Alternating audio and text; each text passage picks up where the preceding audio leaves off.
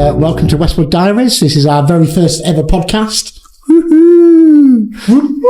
I just want to introduce myself. My name's Chris. Chris Couser. I'm the Managing Director of Westwood Recruitment. And my chap to the right of me is Christopher Allen. He is the Operations Manager for Westwood Recruitment. And we thought we'd just have a quick 5 minutes to see how we both got into recruitment, which is something not really talk about. So, for yourself, Chris? For many, the way most people I've spoken to in the industry have kind of got into recruitment, fell into recruitment. I never went through high school and college thinking I want to do recruitment, being blunt about it. So at the age of 21, I got given an opportunity to start recruitment. And being honest, I didn't have a clue what it was. I just kind of went in there, and it probably took me about 2 to 3 months to really kind of understand recruitment properly. 3 months into it was when I started billing. I got my first deal. And then I suppose the rest, in a weird way, is kind of history from there, really, because I'm now in my 20th year. I may not look it, I know, but I'm in my 20th year of recruitment. And grey hairs coming in? They are.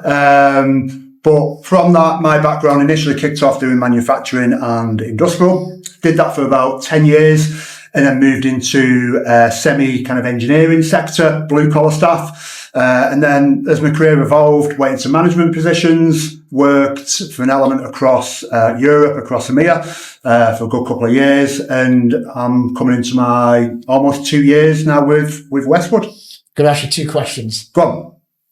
Best part of being in recruitment and the worst part about being in recruitment? I think the best part, as cheesy as it sounds, is making a difference, whether that's for the client, setting up, strategies, making a genuine kind of impact, especially when you compare that to some of the competition that have maybe failed or done it kind of a bit slapdash, I suppose. But I'd say that's a success. Negatives, I think it's got to be the letdowns that we deal with as professionals, that it's frustrating, but I think on the same time we become hardened to it, that we expect the unexpected sometimes. Yeah. How about yourself? Right, I'll start off with my story. So my story during the war. That many years? During the war. So I got into recruitment purely by accident. I worked in a foundry down south making aluminium pistons. Right. After that, they closed the foundry and moved it to Poland, where the cheaper work was. Yeah. So I was a skilled worker in that environment and an unskilled worker as soon as I walked out of that building. Yeah. My partner at the time was already in recruitment in Bristol with Blue Arrow. So I went to a few dues. Yeah. This like Blue Arrow a lot. So when they found out I was made redundant, they'd won a contract with Next, and they asked me to come down for 2 weeks and just do some registrations. Cool. Never wore a shirt, never wore a tie. Yeah. And I thought, I'll give it a go. Uh-huh. And I loved every minute of it. Never worked a computer in my life. I mean, I've never. So when they sat me in front of a computer, I was just like, yeah. It's like, no idea what's going on. So at that particular moment in time, I suppose I was quite lucky because Blue Arrow had just bought out ABC Contract Services. Yeah. And the guys who worked at ABC Contract Services in Bristol left, took all the database with them. And so there was no one working the desks. Wow. So they just said, Chris, do you want to have a go and do recruitment? Because before then, in my time, you needed a diploma to get into recruitment. Yeah. So I thought myself really lucky, and I grabbed it with both hands. MVQ days or something, weren't it? Yeah. And I've been doing this for the last 27 years now. Wow. So yeah, still love it, still passionate about it, and I can imagine being here for the next 20 years. Yeah. I think what I'll talk about as well is how different recruitment is now to how it was then. Yeah. And probably compare it with your good self as well. When I first started in recruitment, you were given a landline. Yeah. And the yellow pages, and you were just basically told to crack on with it. Uh-huh. That was my initial training, and that's what I did. You just went through business directory for Bristol. Yeah. All the A's, all the B's, all the C's. Been there, done that, yeah. And that's all you did. Where compared to now when you have, I don't know, Zoom Info, AI, Glenigan's, CRM systems. LinkedIn, yeah. LinkedIn. It's just like, how the world has changed and evolved around recruitment. To me personally, it's mind-blowing for me. And I think touching on that with the outreach that we're doing, it's totally changed. Whereas when we first started off, it was very much, there's a telephone, there's a number, ring the client, ring the candidate, get the job. So many different platforms. And I think the way how we need to, as managers now, we need to manage our own internal staff has evolved, because maybe similar to yourself, where it wasn't kind of strict, but it wasn't far off the way it was. Whereas now we're dealing with so many different variances, emotions. Like I said, recruitment's very much a success, highs when it's high and low when it's low. Yeah. And I think how we manage our own internal staff has changed within that period. Yeah. I think purely because the great candidates in the market, being blunt, are kind of few and far between sometimes as well. Yeah, 100%. I totally agree with that.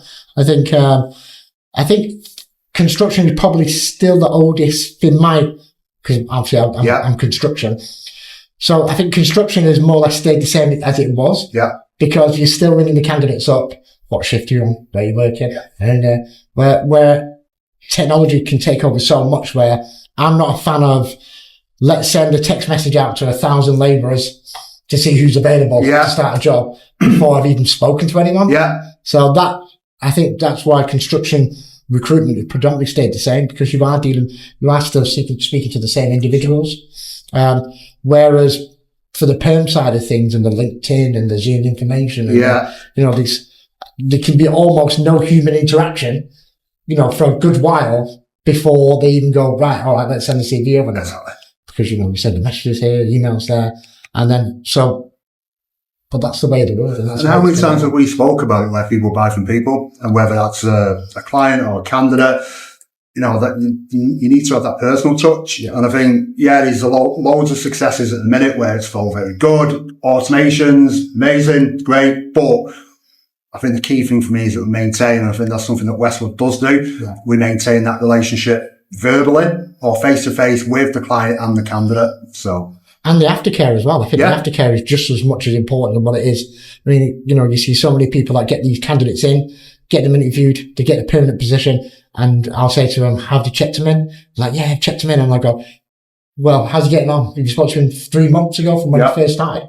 And it's just like, sometimes you lose that human touch. But at Westwood, that's my passion, is like, no, your candidates are always king. Yeah. You have to make sure you look after them, because if you don't, somebody else will. Yeah. So that's, for me, is probably the most important thing. Right. So I'd probably go on to client relationships. Yeah. I think my ethos for me has always been face to face. Yeah. I know, and it should also be, it doesn't matter how far away the clients are, because we can get to that part where they just become a voice or an email on the phone. Well, you went to Aberdeen, your voice. Yeah, exactly. So we go to Aberdeen, I go and see Gary. I had a great chat. First time we've met each other, we're supplying to them. I hope we're doing a good service, Gary. I hope we're doing a good service. But that's what we need to do. And like Gary was saying, right, who else are you going to go? Who else are you going to see? Of course. In Aberdeen, and I'm just you. I couldn't see you now. That's it. And to them, it's like, oh wow, can you drove 8 hours just to have a conversation with me? Because it's important, because that's the important side of recruitment, and sometimes that is lost in recruitment. Yeah. I think so. No, totally. And like I said, where am I going next week? Somewhere on the South Coast, I'm supposed to be going for a client that we've worked with before. But again, we're looking to cement that relationship, move it to the next level, and not become, I suppose, transactional. We want to be here not just for today, for next year, for the year after, and build cement that relationship moving forward. So, and I always think with clients as well, and this is why I probably kept the clients I've had for a very long time, is that I'm very honest with them. Yeah. So if they say, can you get me X, Y, and Z? I'll say, look, I'll do my best. Give me until a certain time. Yeah. And if I can't do it, go to another agency. Of course. And they go, right, no problem, I appreciate that. What's the point of lying to them, saying, oh yeah, I've got someone there for tomorrow, and you haven't? Pays dividends, isn't it? Just say to them, I haven't. Sometimes it's the easiest thing to do, just go, can't help. Of course it is. Try another agency, and come back to them when you need something else. Definitely, I agree. So, moving on to what we do for the consultant. Yep. In terms of training, helping them further their progress within the company. Just tell us a few things about what you've been doing.